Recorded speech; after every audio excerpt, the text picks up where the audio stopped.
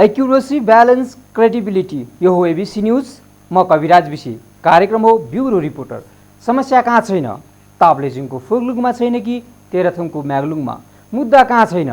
कर्णालीको कालीकोटमा छैन कि बागलुङको गलकोटमा? काठमाडौँको समस्या मात्रै होइनन् समस्या, सहर बजारका मुद्दा मात्रै पनि होइनन् मुद्दा। सुदूरपश्चिमका कैलाली, कञ्चनपुर, बाँके बर्दिया हुँदै सुदूरपूर्वका झापा, मोरङ, सप्तरी, सुनसरीसम्मका सबै जनता उत्तिकै समान छन् हाम्रा लागि, र हामी तपाईँलाई देखाउनेछौँ यिनै जनताका वास्तविक समस्या, गाउँघरका यथार्थ मुद्दा, अनि गर्नेछौँ समाधान र सम्भावनाको खोजी। हिमाल होस् या पहाड, या होस् तराई मधेस, हाम्रा लागि बराबर छन् सबै ठाउँका जनताका आँसु। हाम्रा लागि सम्मान छन् सबै नेपालीको सपना र सङ्घर्ष। देशैभरि छरिरहेका हाम्रा रिपोर्टरले खोज्छन् जनताको समस्या, समस्याको कारण, अनि खोज्नेछन् सङ्घर्षको आयाम र सपनाको इन्द्रणी पनि हो हामी देखाउनेछौँ कार्यक्रम ब्युरो रिपोर्टरमा।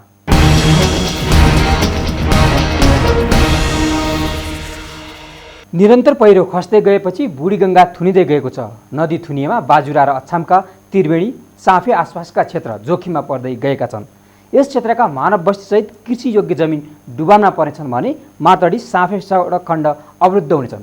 नदीमा खस्दै गएको पहिरोले यस क्षेत्रमा उच्च जोखिम बढाएको छ। वर्षात सुरु भएसँगै अछामको साँफे र बाजुराको त्रिवेणी नगर जोखिममा परेका छन्। त्रिवेणीको नौपैमा र द्वारीमा पहिरो जान थालेपछि बुढीगङ्गा थुनिँदै गएको छ। नदीमा पानीको बहाव बढ्दै जाने र पहिरो झर्दै जाने हो भने बुढीगङ्गाले आसपासका मानव बस्ती सहित खेतीयोग्य जमिन डुबाउनेछ। नदीको बहाव बढ्दैछ, वर्षात बढ्दै गएमा झन जोखिम हुने देखिएको छ। हिउँदेखि पहिरो निरन्तर झरिरहेको छ। पहिरो झरेर पैमामा बुढीगङ्गा थुनिँदै गएको छ। नदी थुनिँदै गएमा त्रिवेणी सहित साँफे नगर डुबानमा पर्ने त्रिवेणी नगरपालिकाका नगर प्रमुख रामसिंह रावलले बताए। गत वर्षदेखि उक्त ठाउँमा पहिरो बग्न थालेको हो। हिउँदको समयमा पनि पैमामा पहिरो झर्दै आएको छ। हिउँदमा झर्ने पहिरोको खासै जोखिम नभए पनि वर्षातको पहिरोले नदी थुनिँदै गएमा सिङ्गो मानव बस्ती र खेतीयोग्य जमिन डुब्नेछन्। पहिरो खसिरहेको छ। नदी थुनिँदै गएकाले स्थानीय त्रासमा छन्। हिउँदमा खसेको पहिरोको खासै डर थिएन, तर वर्षातमा झरेको पहिरोले द्वारीमा बुढीगङ्गा नदी थुनिँदै गएको स्थानीय शङ्कर उपाध्याय बताउँछन्। नदीलाई नियन्त्रण गर्न सक्दैन, हाम्रै नियन्त्रण हुने हामीले भाग्नुपर्छ। यताउता केही अब धान त धानै पऱ्यो, यताउति यता र यता उहाँको अब यही पनि त केही पनि होला जस्तो लागेको छ। यताबाट ढोलाउँदैन, यता ढोलाउँदैन, यो विचार गर्नको लागि हामी बस्ने हो। आउँदो सालमा यहाँ पुल पहिलापट्टिलाई यहाँ पानी जाने हो, नपऱ्यापट्टि फेरि बल्दैतिर भाग्नुपर्ने। अब यो भत्काउँदा गरी मद्दा गर्दा हामी भाग्नै पऱ्यो होइन, भाग्नै पऱ्यो। बल्दै बस्दै जाए घरै पनि जाउँदी हामी आफ्नो। अब 2 बच्चा घर छन्, 2 छोरा। अब यहाँको पसलवालो रे अबको छोरो घर छन्। अब हामी म पढ्छु, अब 2 दिन बसिदियो भने हामी बड्डाबड्डी आएका हौँ यहाँ। सुन्निँदै घडी अब हामी अब भाग्नै सक्छु अरू क्या। लगातार पहिरो बढ्दै गएपछि र नदीमा ठूला ढुङ्गा खसिरहेका छन्। माटो बग्न छाडेको छ। नदी बीचमा ढुङ्गा छरेको छ। नदी थुनिन थालेपछि स्थानीय आवजावतमा कठिन भएको छ। सबै त्रासमा रहेको स्थानीय बताउँछन्। गत वर्षदेखि नै पैमा र द्वारीमा लगातार पहिरो खसिरहेको छ। नदी एक छेउतिर गएपछि यता बुढीगङ्गा नगरपालिका 1 अमकोटको तलबाट पहिरो बग्न सुरु भएको हो। नदी थुनिने खतरासँगै नजिकै रहेको खेतीयोग्य जमिन, झोलुङ्गे पुल र साँफे मार्तडी सडक खण्ड पनि उच्च जोखिममा परेका छन्। पहिरो खसिरहेको सामुन्ने रहेको साँफे मार्तडी सडक खण्ड गत वर्ष वर्षातको 3 महिना अवरोध भएको थियो। पहिरोका कारण नदी साँघुरो बन्दै गएको छ। अर्को भागमा नदीले कटान गर्दै गएको छ। पहिरो बग्ने र नदीले कटान गर्दै गएमा जुनसुकै बेला पनि साँफे मार्तडी सडक बन्द हुन सक्ने खतरा छ। पहिरोले नदी थुनिने जोखिम बढेसँगै सडक समेत अवरुद्ध हुने भएपछि सतर्कता अपनाइएको स्थानीय प्रशासनले जनाएको छ। सडकको विषयमा सडक डिभिजन कार्यालय अछामलाई सतर्क अवस्थामा रहन निर्देशन दिएको प्रमुख जिल्ला अधिकारी गंगा प्रसाद नेउपाने बताउँछन्। यस बारेमा समयमै हामीले गृह मन्त्रालयमा र प्रदेशको आन्तरिक मन्त्रालयमा पनि जानकारी गराएको छौँ। त्यहाँबाट पहल भइरहेकै होला र हाम्रो तर्फबाट चाहिँ नदी किनारमा बस्ने बसोबास गर्ने व्यक्ति र बुढीगङ्गा नगरपालिका, त्रिवेणी नगरपालिका दुवैतर्फ चाहिँ हामीले स्थानीय बासिन्दालाई सजग गराउँ र केही परिहाल्यो भने चाहिँ तुरुन्त जिल्ला प्रशासन कार्यालय र जिल्ला प्रहरी कार्यालय अथवा सम्बन्धित नगरपालिका कार्यालयमा खबर गर्दिन भनेर हामीले अनुरोध पनि गरेका छौँ र सञ्चार माध्यमहरूबाट हामीले सूचना प्रसारण अहिले तुरुन्तै पठाउने निर्णय पनि एबिसी रिपोर्टर एकेन्द्र महता, साफे बगर, अछाम।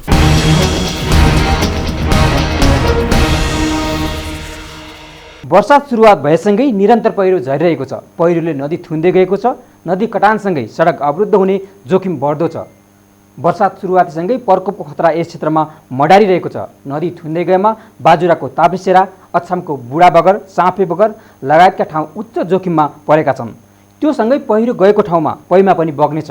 तसर्थ पहिरो खसेर नदी थुन्दै जाने खतराको सङ्केतलाई बेलैमा सजगता अपनाउन जिल्ला दैविक प्रकोप समिति सहित जिम्मेवार निकाय चनाखो हुन आवश्यक छ।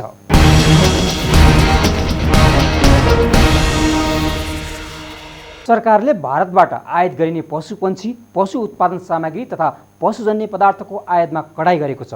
भारतबाट स्वास्थ्य प्रमाणपत्र नलिई ल्याइएका पशुपन्छी, उत्पादन सामग्री तथा पशुजन्य पदार्थको क्वारेन्टाइन नगर्ने सरकारले नीति लिएपछि नेपालगञ्जको जमुना नाकाबाट खसी बोकाको आयात शून्य भएको छ, जसको कारण रासोमा समेत असर पुगेको छ भने व्यापारीहरू चोरबाट प्रयोग गरेर खसी बोका नेपाल भित्ताइरहेका छन्।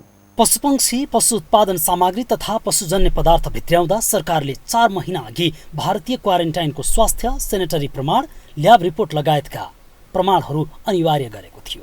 सरकारले यी नियम अनिवार्य गरेपछि अहिले भारतबाट पशुपक्षीको आयात रोकिएको छ। बाँकेको नेपालगञ्ज नाकाबाट भित्रिने खसी बोकाको आयात 4 महिनादेखि ठप्प भएको हो। पशु क्वारेन्टाइन चेकपोस्ट जमुनाहाका प्रमुख रामसेवक त्रिपाठीले 4 महिना यता भारतीय खसी बोकाको क्वारेन्टाइन हुन नसकेको बताए। उनका अनुसार सो प्रमाणपत्र लिन व्यापारीहरूलाई भारतको दिल्ली वा कोलकाता जानुपर्छ। तर नेपाल भित्रिने खसी बोका कानपुर र झाँसीबाट आउने गर्छ, जबकि त्यहाँबाट दिल्ली जान 2 दिन लाग्छ। झन्झटिलो प्रक्रियाका कारण व्यापारीहरूलाई क्वारेन्टाइन गराउनै गाह्रो छ। अब खसी बोका त हाम्रो यो फागुन 26 गते नैदेखि नै अब यता आउन बन्द भएको छ अहिले हालै। अब किनकि अब यिनीहरूले अब इन्डियाको झाँसीबाट हो बढी जसो खसी बोका यता आउने। अनि झाँसीबाट अब के छ, हामीहरू अहिले 26 गतेदेखि नै हामी जुन पशु सेवा नियम थियो, नियमावली 2064 कि जुन देशबाट आउँछ त्यो देशको सेनेटरी प्रमाणपत्र या क्वारेन्टाइन प्रमाणपत्र त्यो वस्तुसँग साथमा लिएर आउनुपर्ने। अब त्यो कुनै पनि व्यापारीले अहिलेसम्म खसी बोकाकोले त्यहाँबाट लाउन सकेको छैन, त्यही भएर यता माल पनि लागेको छैन। त्यो फागुनदेखि यता मालहरू खास हाम्रो त्यही हो कुरो। त्यो सर्टिफिकेट ल्याउनको लागि गाह्रो के रहेछ? गाह्रो के रहेछ, अब त्यहाँ अब काल्पी भने झाँसी यो कानपुर साइडबाट हो माल लिने, त्यहाँबाट दिल्ली जानु पऱ्यो, उसले माल लिएर जानु पऱ्यो त्यहाँ। अब दिल्ली लगेपछि उसले पनि आफ्नो क्वारेन्टाइनले पनि आफ्नो प्रक्रिया पुर्याएर अनि बल्ल सर्टिफिकेट जारी गर्ने हो। नाकामा रहेका नेपाली पशु क्वारेन्टाइन चेकपोस्टले क्वारेन्टाइन नगर्ने भएपछि व्यापारीले छोटी नाकाहरूबाट भन्सार छली गर्दै खसी बोका नेपालगञ्ज भित्र्याउने गरेका छन्। बाँके प्रहरीले अहिलेसम्म 500 हाराहारीमा क्वारेन्टाइन नगरेका खसी बोका बरामद गरी भन्सारलाई बुझाएको छ। 4 महिना यता भारतीय खसी बोकाको भन्सार हुन नसकेको नेपालगञ्ज भन्सार कार्यालयका भन्सार अधिकृत शरद केसीले जानकारी दिए। भारतीय प्रमाणपत्रमा आफूहरूको कुनै सरोकार नभए पनि नेपाली क्वारेन्टाइनको कागज नहुँदा भन्सार हुन नसकेको उनले बताए। खसी बोकाको आयात चाहिँ करिब ठप्प नै छ अहिले। यसमा चाहिँ समस्या के भयो भन्दाखेरि दिल्ली क्वारेन्टाइनले सिफारिस नगर्दासम्म नेपाल क्वारेन्टाइनले सिफारिस नपठाउने भएको कारणले अहिले ठप्प नै छ। नेपाल क्वारेन्टाइनको सिफारिस हामीलाई यदि पाइयो भने हामीलाई दिल्ली क्वारेन्टाइनको ऊ चाहिँ छैन, सरकार छैन। तर नेपाल क्वारेन्टाइनलाई चाहिँ त्यस्तो किसिमको आदेश रहेछ, दिल्ली क्वारेन्टाइनले नगर्दासम्म नेपाल क्वारेन्टाइनले सिफारिस गर्दो रहन्छ। त्यसो भए हुनाले करिब फागुनदेखि अहिलेसम्म ठप्पकै अवस्था छ। राजस्वमा अब दैनिक रूपमा करिब 2-3 ट्रक खसी बोका आउँथे। अब अहिले चाहिँ एउटा पनि छैन, चोरी बाटोबाट चाहिँ गइरहेछ अरे भन्ने कुराहरू छ। केही समय अगाडिदेखि नेपाल प्रहरीले या सशस्त्रले समाएर ल्याएको अवस्था पनि छ। नेपालगञ्ज नाकाबाट वार्षिक 1 लाख बढी खसी बोका भित्रने गरेका छन्। चालु आर्थिक वर्षको फागुनसम्म 5,83,83,552 रुपैयाँ राजस्व सङ्कलन भएको छ। ABC reporter Krishna Oli, Nepalgunj.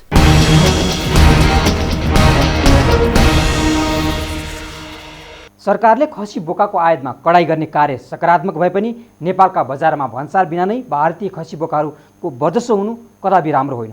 यसतर्फ सरकारवाला निकायले तत्काल ध्यान दिन आवश्यक छ।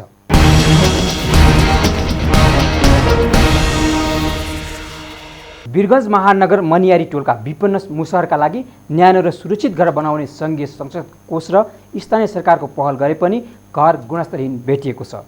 उपभोक्ता समिति मार्फत निर्माणाधीन यस घरमा गुणस्तरहीन सामग्री प्रयोग भएको भेटिएपछि गुणस्तरहीन भएको तथ्य बाहिर आएको छ। स्थानीय विकास साझेदारी कार्यक्रम अन्तर्गत पर्सामा विपन्न मुसहर परिवारका लागि घर निर्माण भइरहेको छ। संघीय सांसद प्रदीप यादवको सांसद कोषको 70 लाख र वीरगञ्ज महानगरको 20 लाख गरी कुल 90 लाखको बजेटबाट 20 घर निर्माण भइरहेका छन्। आर्थिक तथा सामाजिक रूपले कमजोर मुसहर समुदायमा आवासका लागि घर बनाउन थालिए पनि घर निर्माणमा बदमाशी भएको छ। 24 मुसहर परिवारका लागि आवास निर्माण कार्यक्रम अनुसार हाल 20 परिवारका लागि घर निर्माण हुँदैछ। तर घरमा प्रयोग गरिने कमसल सामग्रीको गुणस्तरहीन भेटिएको छ। पर्साको मनियारी गाउँमा 24 घर परिवारका लागि बनेका घर बन्न लागेको भवन गुणस्तरहीन निर्माण भइरहेको छ। वीरगञ्ज महानगरपालिका वडा नम्बर 22 मनियारी टोलमा नमुना मुसहर बस्तीको लागि घर निर्माण भइरहेका छन्। संघीय संसद कोष र वीरगञ्ज महानगरको संयुक्त लगानीमा घर निर्माण गुणस्तरहीन भएको स्थानीयले आरोप लगाएका छन्।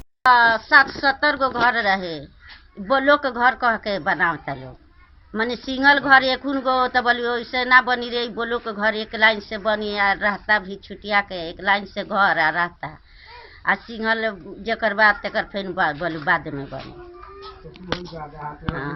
में सुनी जाइए मने करकट छवाइल ओ दिन से बारिश पड़े लागल। बारिश के चलते अब मिस्त्री लोग कैसे बारिश में कमाओ लोग, आई माघन न मराइल, आई तो जौन ऊपर से अथी ईंटा उटा धराला ऊपर लहतर ना भइल, खाली है करकट छाके अथी से नट बाटू से आ चल गलो। बारिश पड़े लागल तो कहीं बारिश पड़ला में कौन काम धंधा होई। निर्माणित मुसहर घरमा 2 कोठा र टोयलेट बाथरूम हुनेछ। उक्त घर स्थानीय उपभोक्ता समिति मार्फत निर्माण भइरहेको छ। उपभोक्ता समिति मार्फत भनिए पनि स्थानीय निर्माण व्यवसायीले निर्माणको जिम्मा लिएका छन्। स्थानीय विकास साझेदारी कार्यक्रम र वीरगञ्ज महानगरको संयुक्त लगानीमा 24 घर बन्न लागेको छन्। यस वर्ष 20 घर बन्दैछन्। निर्माणित घरमा गुणस्तरहीन सामग्री प्रयोग भएका छन्। नमुना मुसहर बस्तीमा बनाउने लक्ष्यका साथ आयोजना अघि बढे पनि सम्बन्धित निकायको लापरवाहीले गुणस्तरहीन भएको वडा अध्यक्ष कमलेश यादवले बताए। का बात की सबसे तो पहले अलग अलग सिस्टम से घर बनाओ, टॉयलेट नहाए वाला रूम। अब यो घर में देखे को भाई बा वो हिसाब से कमती में कौन रूम देवे के चाहिए। ओकरा बाद ई काम बढ़िया करे के चाहिए। ठीक बा ढलाई नहीं है, करकट ही बा बढ़िया का करकट ले जाए, कुछ दिन टिकाऊ हो। ई लोग के बा हई तो यहाँ सालों भर ना टिकी करकट, ऐसे कि खाना वाना बना वाला लोग घरे में तो धुआं का भी एलर्जी हो। बढ़िया का करकट है कुछ दिन टिकी। अच्छा हई जौन भटक के गइल बा ई तो केहू घेंटो काट सकता, तो माने कि मुसहर बस्ती नहीं है बनल। ई इतना ना रदी बस जे मुसहर लोग ओरवावे ला काम हो। आर्थिक वर्ष 2075-76 को बजेट अन्तर्गत स्थानीय विकास साझेदारी कार्यक्रमबाट निर्माणित नमुना मुसहर बस्ती आवास निर्माणमा चरम लापरवाही भेटिएको छ। संघीय सांसद प्रदीप यादवले मुसहर नमुना बस्तीको लागि घर निर्माण उद्घाटन गरेका थिए।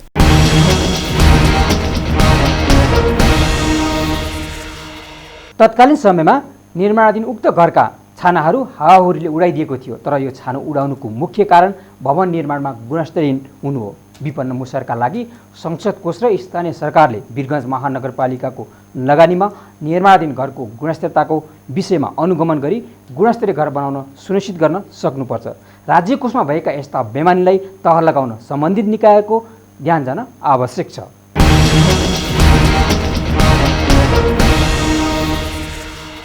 बर्दिया जिल्लाको गेरिया गाउँपालिकाले गत वर्ष ल्याएको छोरी बचाऊ अभियानलाई यस वर्षको नीति तथा कार्यक्रममा पनि निरन्तरता दिएको छ। गत वर्षदेखि सुरुवात गरेको अभियानलाई गाउँपालिकाले थप कार्यक्रम ल्याएर निरन्तरता दिएको हो। बर्दियाको गेरुवा गाउँपालिकाले आर्थिक वर्ष 2075-76 देखि सुरु गरेको छोरी बचाऊ अभियानलाई यस वर्षको नीति तथा कार्यक्रममा निरन्तरता दिएको छ। गत वर्ष गाउँपालिकाले छोरी बचाऊ अभियान अन्तर्गत नयाँ जन्मिएका हरेक छोरीको नाममा बैंकमा खाता खोलेर 2000 दिने निर्णय गरेको थियो। यस वर्ष गेरुवा गाउँपालिकाले सबै छोरीहरूलाई निशुल्क सेवा सुविधा दिने निर्णय गरेको छ। गाउँपालिका र वडा कार्यालयबाट प्राप्त हुने सेवाहरू छोरीलाई निशुल्क गर्ने निर्णय गरेको छ। छोरी बचाऊ अभियानलाई हामीले पहिलो प्रयासमा दिएका छौँ र छोरीहरू समाजमा बढिरहने र उनीहरूको सुरक्षाको दृष्टिकोणले पनि उनीहरू सुरक्षित नहुने अवस्था भएको हुनाले हामीले छोरीहरूको संरक्षणको लागि छोरी बचाऊ अभियानमा प्रत्येक छोरीलाई जन्मिने बित्तिकै 2000 रुपियाँ हामी दिन्छौँ र उसलाई खुदको मात्रामा पनि विशेष गरेर डक्टरहरू घरै गएर अहिले चाहिँ कार्यक्रम सञ्चालन गर्ने हामीले नीति बनाएका छौँ र छोरी जसले पाउँछ उसको उपचार पनि हामीले घरमै गएर गरिदिने, त्यो आमालाई पनि घरमै गएर उपचार गरिदिने जस्ता कार्यक्रमहरू हामीले ल्याएर आएका छौँ र अन्यमा पनि हामीले एउटा ठुलो राम्रो प्रोजेक्ट करिब 700 घर परिवारलाई, गरिब विपन्न परिवारहरूलाई समेटेर उनीहरूको घर दैलोमा विकास लाने उद्देश्यले करिब 2 करोड बजेट चाहिँ हामीले लक्षित वर्गको उत्थान र उनीहरूको आय आर्जन वृद्धिको लागि राखेका छौँ, जहाँ पहुँच नपुगेका, घर जग्गा जमिन नभएका, आय स्रोत नभएका विभिन्न परिवारहरूको बाहुल्यता रहेको क्षेत्रमा सुकुम्बासीहरूलाई विशेष ध्यान केन्द्रित गरेर ती कार्यक्रमहरू पनि लिएर आएका छौँ। आर्थिक वर्ष 2074-75 देखि सुरु भएको छोरी जन्माऊ छोरी बचाऊ अभियान सुरुवाती वर्षमा खासै प्रभावकारी हुन सकेको थिएन। सुरुवाती समयमा कार्यक्रम खासै प्रभावकारी नदेखे पनि आर्थिक वर्षको अन्त्यतिर छोरी जन्माएर आवेदन दिनेको संख्या बढेको थियो। 100 जनाले आकलन गरिएको भए पनि 160 जनाले आवेदन दिई सुविधा लिएका थिए। त्यसैगरी आर्थिक वर्ष 2075-76 मा करिब 700 जनाले सेवा लिएका छन्। गाउँपालिकाले 700 जना छोरीहरूको नाममा बाल बचत खाता खोलिदिएर प्रत्येकलाई 2000 जम्मा गरिदिएको छ। छोरीहरू 18 वर्ष पुगेपछि मात्र सो रकम निकाल्न पाउनेछन्। सो खातामा प्रत्येक वर्ष ब्याज रकम थपिँदै जानेछ। अभिभावकलाई पनि सो खातामा पैसा जम्मा गर्ने गरेको गेरुवा गाउँपालिकाकी उपाध्यक्ष हेमा कुमारी थारूले बताइन्। र जुन पहिलाको अवस्थामा र अहिलेको अवस्थामा चाहिँ छोरीहरूलाई पनि के अरे बचाउन पर्दो रहेछ। छोरीहरू पनि केही गर्न सक्ने, हामी छोरी भएर पनि आज यस ठाउँमा पुगेछौँ भनेपछि, राष्ट्रपतिसम्म पुगेछन् भनेपछि हामी पनि छोरीहरूको लागि केही न केही गर्नुपर्छ भन्ने जनतामा ठाम परेछ। तर अर्को कुरा, अब छोरी बचाउको लागि 2000 जो हामीले खाता खोल्ने गरिएछ यसभन्दा आर्थिक वर्ष पहिला, अनि यसमा पनि अझै थप रकमहरू हालिदिएको भए अझै राम्रो हुन्थ्यो कि भन्ने जनताको माग छ। अब यसलाई त अब निरन्तरता दिए नै छ होइन। अब नयाँ फेरि अनि छोरी जन्मेपछि त्यही अनुसार नै 2000 को बैङ्कमा खाता खोलिदिने र जम्मा गरिदिने र यसलाई त निरन्तरता छ नै। र जुन हाम्रो सबभन्दा मेन अहिलेको टार्गेट भनेको गेरुवा गाउँपालिकामा के अरे बहुविवाहको छ। हाल गेरुवा गाउँपालिकामा बाल बचत खाता खोल्ने क्रम बढ्दै गएको छ।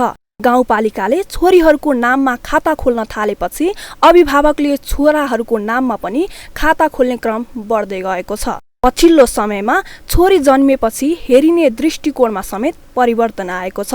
गेरुवा गाउँपालिकाको 6औं नगरसभाले गत वर्षको नीति तथा कार्यक्रमलाई निरन्तरता दिँदै थप नीति तथा कार्यक्रम पास गरेको छ। गाउँपालिकाले गत वर्षको छोरी बचाऊ छोरी पढाऊ भन्ने नीतिलाई थप गर्नका लागि गाउँपालिकामा छोरीहरूको लागि दिने सम्पूर्ण सुविधा निशुल्क बनाउने निर्णय गरेको छ।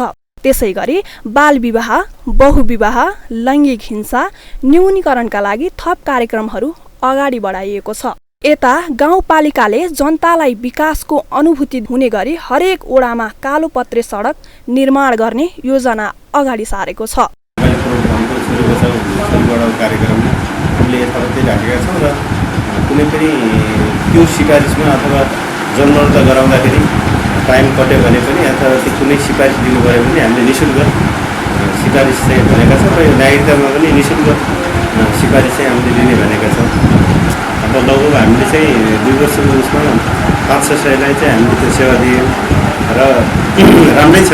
2000 रुपियाँ चाहिँ छोरी जन्मेर घटना दर्ता गराएपछि हामीले उसको खाता खोलेर दियो भने त्यो छोरीकै नाउँमा चाहिँ हामीले एउटा पानी बस्छ बेस बस्छ भनेर त्यसरी चाहिँ हामीले गरेका छौँ। यो पनि निरन्तरै चलेको छ। एबिसी रिपोर्टर यज्ञ सापकोटा बर्दिया।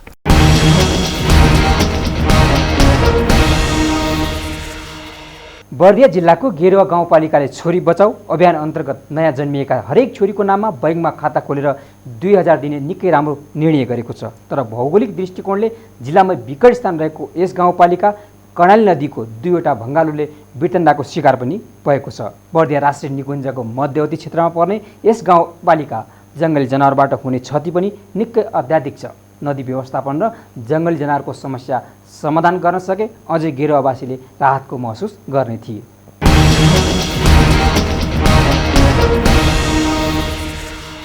पाल्पाको तानसेन नगरपालिका 14 अर्गेलीमा रहेको ऐतिहासिक अर्गेली दरबार उचित संरक्षणको अभावमा भग्नावशेषको रूपमा परिणत हुने अवस्थामा पुगेको छ।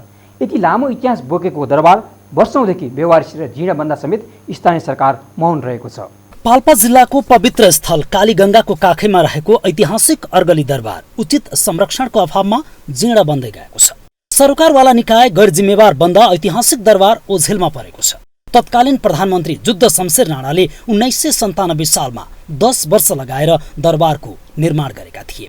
दैनिक रुरु क्षेत्रमा तीर्थ व्रत गर्न जाने राजश्री महाराज भएर बस्ने योजनाले दरबार बनाइएको बुढापाका बताउँछन्। अर्गली राजश्री महाराज बस्नका लागि निर्माण गरेको किम्वदन्तीमा उल्लेख छ। दरबारको निर्माणपछि झण्डै 5 वर्षसम्म जुद्ध शमशेर यही दरबारमा बसेका थिए। पछि देशव्यापी रूपमा राणा शासन विरुद्ध आन्दोलन चर्किएपछि जुद्ध शमशेरले दरबारको स्वामित्व आफ्नी छोरी जनक राज्य लक्ष्मी मिश्री मैयालाई हस्तान्तरण गरेका थिए। जुद्ध शमशेरले छोरीलाई दरबार हस्तान्तरण गरेर भारतको देहरादूनतर्फ लगेको स्थानीय जानकार नेत्र पाण्डे बताउँछन्। शासन शैली र षड्यन्त्र सबै कुराबाट विरक्त भएका जुद्ध शमशेर धार्मिक दृष्टिकोणले समेत महत्त्वपूर्ण स्थान रोजेर अर्गली दरबार निर्माण गरी बसेका थिए। जुद्ध शमशेरले दरबारमा रहँदा गुल्मी, पाल्पा र स्याङ्जाको संगम स्थल रिडीमा दैनिक स्नान गर्ने र ऋषिकेश मन्दिरमा पूजाआजा गर्ने गर्थे। दरबारभित्र फलामका पाता ठोकिएका भित्ता सहित ढुकुटी, बाथरुम, बैठक कक्ष, पल्टन, सुसारे लगायतका कक्षहरू रहेका थिए। तर अहिले दरबार वरपर झारपात मात्रै देखिन्छ।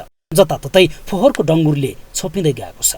केही भाग त्रिभुवन उच्च माध्यमिक विद्यालयले खरिद गरेर उच्च शिक्षा प्रदान गरिरहेको छ। दरबारमा बचेका भागहरू भग्नावशेषको अवस्थामा मात्र सीमित रहेका छन्। इटा, झ्याल, कोठाका भागहरू एकपछि अर्को गर्दै हराइरहेको बताउँछन् त्रिभुवन उच्च माध्यमिक विद्यालयका शिक्षक थानेश्वर गैर। तत्कालीन अर्गली गाविस वार्ड नम्बर 6 को कित्ता नम्बर 341 मा 11 रोपनी 12 आना 2 पैसा एकदाम क्षेत्रफल समेटिएको दरबारको स्वामित्व बारे पछिल्लो समय विवाद बढेको छ। मालपोत कार्यालय पाल्पामा रहेको तथ्याङ्क अनुसार यो जग्गा जुद्ध शमशेरकी छोरी जनक राज्य लक्ष्मीले 2058 साल जेठ 1 गते अधिकृत वारिसनामा गरी आफ्नो नाति सञ्जय विक्रम शाहको नाममा पास गरिदिएकी छन्। दरबार अर्कैको नाममा भएका कारण संरक्षण गर्न नसकिएको अर्गलीका स्थानीय अच्युत भट्टराईको भनाइ छ।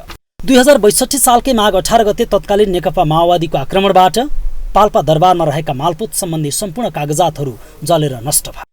त्यसैको मौका छुपेर 2063 साल माघ 14 गते पुनः दरबार मेरो नाममा फिर्ता भयो भन्दै श्रेष्ठता कायम गराई आफै तिरो तिरेर 2064 पुस 9 गते GT traders and housing company प्राली पुल्चोक ललितपुरको नाममा 15 लाख रुपैयाँमा बिक्री गरेको देखिन्छ। ABC reporter Bhuwan Raimajhi, Palpa.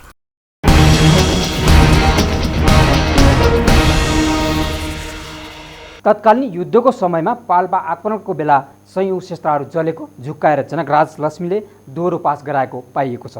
यस विषयमा गम्भीर भएर अर्गेली दरबारको इतिहास जोगाउन सरकारवाला निकाय बेलेमा ध्यान दिन जरुरी छ।